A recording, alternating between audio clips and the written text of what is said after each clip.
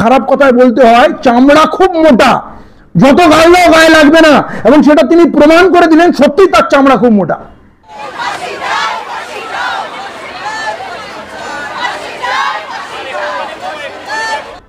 এটাকে দ্বিচারিতা আর কি বলবো। মমতা বন্দ্যোপাধ্যায়ের এখন মূল পুঁজি হচ্ছে পুলিশ। মমতা বন্দ্যোপাধ্যায়ের কিছু নেই। মমতা বন্দ্যোপাধ্যায় এটা ভুলে যাচ্ছেন, উনি মুখ্যমন্ত্রী, উনি আন্দোলন করছেন কার বিরুদ্ধে? আর যদি আন্দোলন করাটা অনৈতিক হয়, আন্দোলন করা যদি ল অ্যান্ড অর্ডার প্রবলেম করে, তাহলে নিজে যাদেরকে মারছে আবার নিজেই সেই আন্দোলন করছে। এবং সব থেকে অযৌক্তিক ব্যাপার, সাধারণ মানুষ আন্দোলন করছে। আর এই আন্দোলন কিন্তু রাজনৈতিক দলের মুভমেন্ট না, একেবারে স্বতঃস্ফূর্ত সাধারণ মানুষের আন্দোলন।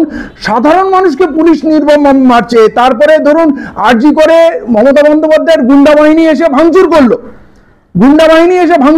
এই জন্যই বললাম, তাহলে ইন্টেলিজেন্স কোথায়? কেন মমতা বন্দ্যোপাধ্যায় জানতে পারলো না? আর আক্রমণ হওয়ার পর সেই 1000 লোককে খুঁজে বার করার কোনো চেষ্টা হলো না, সেইটা নিয়ে কোনো উচ্চবাচ্য নেই।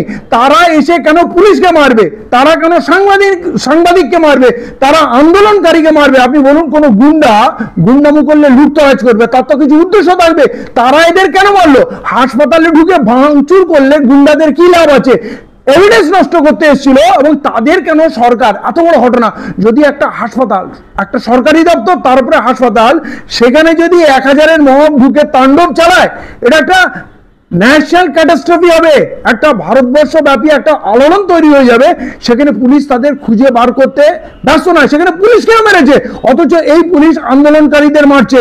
মমতা বন্দ্যোপাধ্যায় ওদের পিছনে পুলিশকে কেন বললো না যে এদেরকে খুঁজে বার করতেই হবে, চিরুনি তল্লাশি করো, একজনকে ধরলেই তো 1000 জনকে খুঁজে পাওয়া যাবে, কারণ ওদের একটা সম্মিলিত গ্যাং ছিল। তাহলে তাদের খুঁজে বাজ করার কোনো প্রচেষ্টা ছিল না।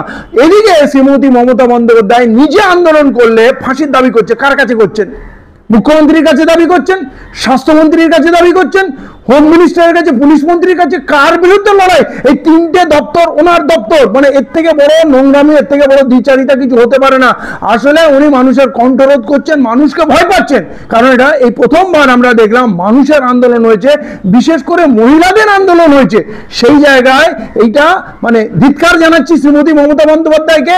এত নগ্ন রাজনীতি, যেখানে উনি নিজে হুমকি দিচ্ছেন যে আমাকে যত গাল দাও, আমার কিচ্ছু তোমরা করতে পারবে না, আমি কিন্তু দমার পাত্র না।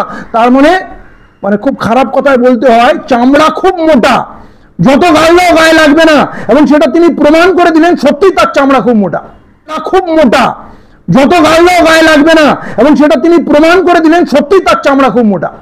Bureau report, royal Bangla.